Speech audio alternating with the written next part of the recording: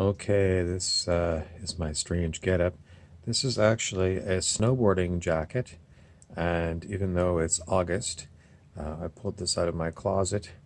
It's mainly made for spring weather. It's not quite waterproof, it's just a light jacket. You might wear a fleece underneath it, or just a t-shirt if it's quite warm. And anyway, it's just a new costume to give you a new look. I like to change up my costumes a little bit. No particular reason for this one, other than I just wanted to look somewhat different, and it's got kind of. I don't really like blue and yellow as a color combination, and this kind of black with it. But it's a Gore-Tex jacket, so it's a good quality jacket. It's good. The color's not that bad, but I wouldn't have bought it. It was kind of just given to me as a hand-me-down. And these are gimme glasses that I got from karaoke bar. They gave me these Miller Lite glasses, so it's just a different look. There's nothing particular about it except for the fact that I just want to look different.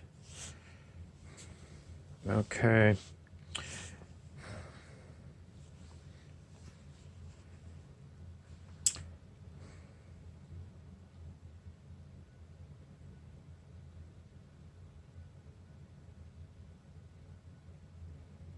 I don't know how long I can go and pause on these. I know you all hate when I pause for great lengths of time while I'm trying to figure out what on earth I need to say about higher entities.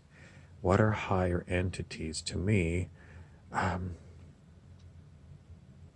One time when I was reading the New Testament, the book of John, I was out in a park in Vancouver next to a large totem pole, and I really enjoyed the book of John. It seemed really so personal, and I felt a presence behind me.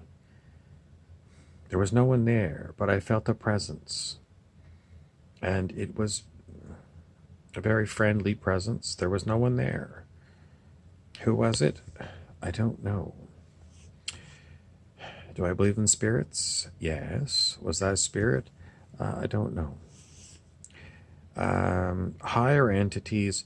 Well, my first experience with higher entities was when I used to go to a channeling group in Vancouver as well, and the channeler would channel the Ascended Master, Sananda, and sometimes some other ones, but primarily Sananda.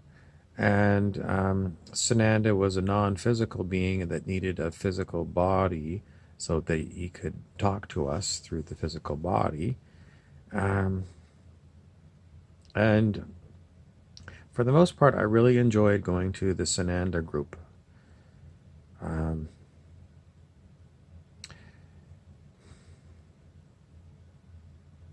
I don't know why Sananda doesn't come to me, because everyone knows that I do the cosmic characters, and Sananda doesn't come to me, especially the Sananda that used to come to Vancouver through the channeler.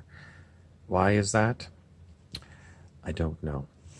So what do I know about higher entities? Is Sananda an ascended master, or is it some other kind of monster? I have my doubts that it's an ascended master.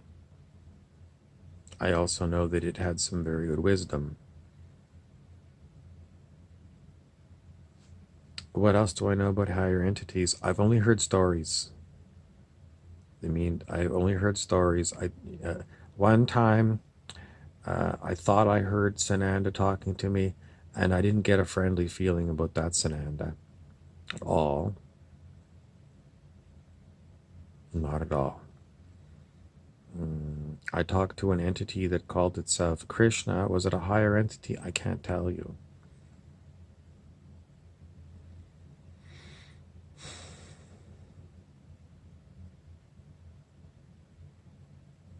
Sometimes I think that I'm a bit of ghoul food. In other words, because I'm very sensitive to energies, I'm very empathic. I think ghouls find me very attractive because I'm easy for them to communicate with, because I'm very, am I psychic? I don't know if I'm psychic, but I'm definitely empathic. In other words, I feel emotions very strongly. I'm very sensitive to emotions, people's vibrations, incredibly sensitive to it. And so, is it, I'm not my fault that I'm the way I am, is it? That I'm so sensitive to emotions? Is it my fault? I cannot tell you. All I know is that I seem to be ghoul food quite a bit. In other words, low frequency vibrating non physical entities seem to like to hang around and bother me severely. What about humans? Um, I don't know. I don't have too much information about them. But as far as, what they call higher, what does higher mean? I always think they think that they're like more godlike entities, celestial entities that are more beautiful and more, I don't know. That's my only guess. I can't figure it out. Okay. Now, the next thing I want to talk about is spiritual death. Um,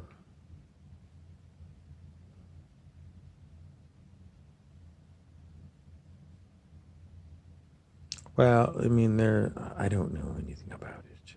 What's a spiritual death? Dr. David R. Hawkins has a video on YouTube about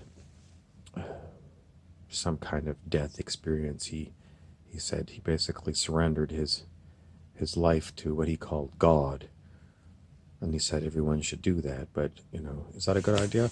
No. It opens you up to negative entities who. Remember the story I was telling you about Buffy the Vampire Slayer, where there was a demon that called herself Glory.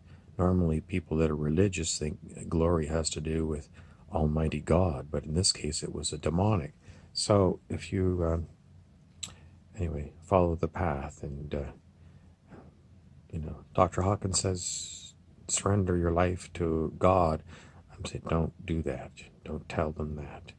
It is dangerous because there are too many demonics around that are going to play God for you. So don't do that.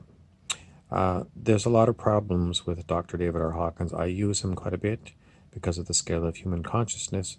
But some of his teachings, if you actually apply what he says, it doesn't work out the way that he says it's gonna. I'm just saying my personal experience. So you throw the whole baby out with the bathwater? I don't know. I don't know. I mean, I use it because it's an interesting way to classify things, but in my experience, is it helpful? I don't know. I don't know. A lot of the spiritual teachings that I've gone through over the years, are they helpful? Not really. Not really. There's so many things that are taught that are at odds with one another, and you go with one teaching to see if it works. Not really. Okay. Anyway, I'm going to go back to Zen and the body. What does Zen got to do with the body? Zen is basically being no-minded, and it means being no monkey-minded, and to me it means no thinking mind. In other words, if you've got a mind where you're considering whether to go to McDonald's or Burger King tonight for dinner, and you've got thoughts about the two different kinds of things, and that's how you're going to decide, is based upon your previous experience and what you're projecting you're going to get. I'm going to Burger King and I'm going to have a child's hamburger, and if I go to McDonald's, I'm going to have a child's hamburger. What's the difference between the two hamburgers? And that's how I'm going to decide if one seems like I'm going to enjoy it more. Maybe I like the fries better at one place or the other. One place has got Pepsi, one place has got Coke. They're usually within a few blocks of each other. If you look in every city that I've been to, usually McDonald's gets a piece of property first, and then Burger King looks for where the McDonald's is and tries to get as close as possible. So people driving by have got a choice, and they want people that originally, because McDonald's was always bigger in the beginning than Burger King, so they wanted people that were hungry for burgers to try a different option. So anyway, a Zen person might still get some considerations like that. Do I want Burger King or do I want McDonald's? But then when you go drive down the main strip in your town where both restaurants are, a Zen person will might have thought, most likely I'd prefer a McDonald's hamburger. A Zen person will drive down the street and not know which place it's going to go. It being the person, the body. The body, for me, even when I ask the body, are you going to go to McDonald's or are you going to go to Burger King? The body will shrug and say, I don't know. It's basically a moment to moment thing. So there is no previous agreement to do this or to do that. If we go out and we go down the strip thinking, because it's somebody, usually one of the other associated spirits with this body mind, not particularly me, will say, I think I want to go to McDonald's, or I want the body to go to McDonald's. We'll drive down the road, and I don't know if it's going to go to McDonald's. I don't know if it's going to go to Burger King. I don't know if we're going to drive down the road, and we're going to completely pass the restaurants, and we're going to drive on to the next town. Because the Zen person is like that. There's no, even if the thoughts come from, other associated spirits, the Zen person hears these thoughts. But as far as what happens with the body, because the Zen person has let go of control of the body will go, and where it decides to go, it's set by, I don't know. Usually I say it's life itself, but I don't know. I don't know, and that the body doesn't know. The teachings of Dr. Hawkins, Dr. David R. Hawkins, where once you get to a certain point of elevated consciousness, the body is a karmic wind-up toy, and it goes where it goes, and you go along with it, and you don't know where it's going to go, and it's something to do with karma. Something to do with karma that makes the body go where it goes, according to Dr. Hawkins. Can I prove it? I can't. All I know is that's the way it is for me. Unless I've got somebody riding along with me who insists we're going to McDonald's, then, we'll go to McDonald's. And usually what I'll do is I say, how do you want to go from here to, in other words, I'll ask them, what streets do you want to go? Because there's nothing worse for me than someone saying, we're going to McDonald's, and I start driving, and then the body doesn't want to go to McDonald's and starts going the wrong way. And then the person next to me, who's not a Zen person, gets really upset. It's like, you should have gone right here and there. So I say, okay, we're at an intersection. Where do you want me to go? Right or left? In other words, I'll ask for directions, because I'm basically, the egoic person has got very definite thoughts about where they want to go and how they want to get there. And they'll chew you out if you don't follow their way. They just will. That's the way egos are. They are very nasty things, and they don't appreciate Zen people like me. So I'm a Zen person, and where my body goes, and how, I used to think it was life itself that decided, but I take everything with a grain of salt. I don't know. There could be some other unseen beings who are deciding where to put me. The Ascended Masters, for example. Demonics, for example. Extraterrestrials. I have no idea why the body goes where it goes when I let go of control. But I let go of control based upon the advice of Dr. Hawkins. One of his books is called Letting Go. And Matt Kahn, whose lecture is Stopping the Internal Conflict, also said, your mind, it's not about you. This life is about the journey of the body, and you're training to be an angel for the body.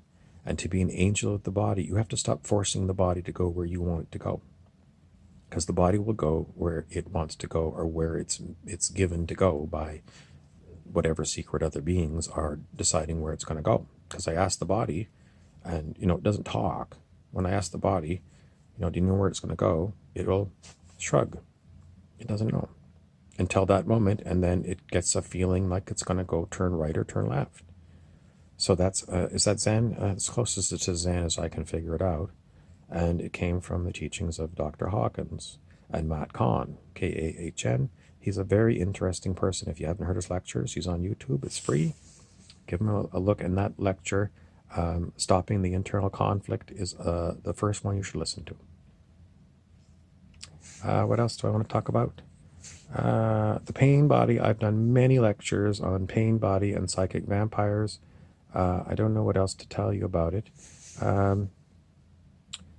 Dr. Hawkins, Dr. David R. Hawkins, who I keep coming back to, said that karma is basically your ego. Does that help you? So where your ego wants to go, which is your thinking mind and your emotional body together, your ego, where it wants to go, is your karma.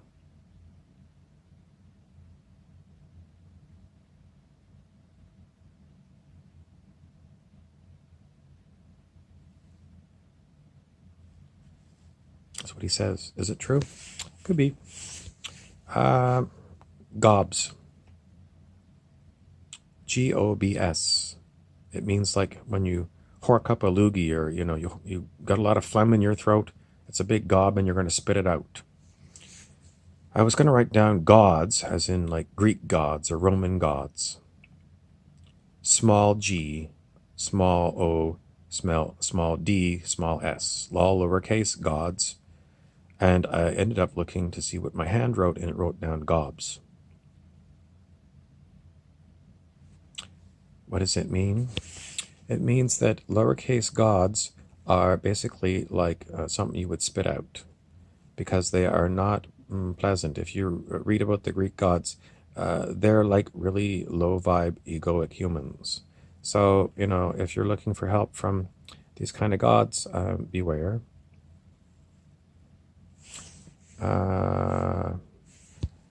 Mine. This is what humans are all about. I own this property. This is my land. You stay out. This is my everything. My. This is a big issue. It is ego that says it owns things. I'm never going to be able to convince your ego it doesn't need to buy things and own things, because your ego is still in charge of you, and it's hopeless. It's hopeless. Dr. Hawkins said, love your ego. I don't know what it means to love your ego. Love your karma. Karma equals ego, according to Dr. Hawkins. I don't know. Somebody was asking again about spiritual death. Is it ego death? Death of the ego? I don't know. I don't know what it means, spiritual death. What is the death of the ego? I mean, I still have a personality. I still have preferences. So do I still have an ego? Do I have a spiritual ego? Might be my desire to follow spiritual wisdom, or just wisdom in general. So if my personality is